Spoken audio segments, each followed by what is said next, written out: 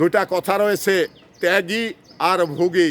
ভোগীদের কাজ হলো শুধুমাত্র সুবিধার জায়গায় তারা ভোগ করবে, অসুবিধার জায়গায় তারা থাকবে না, শুট করে পালিয়ে যাবে।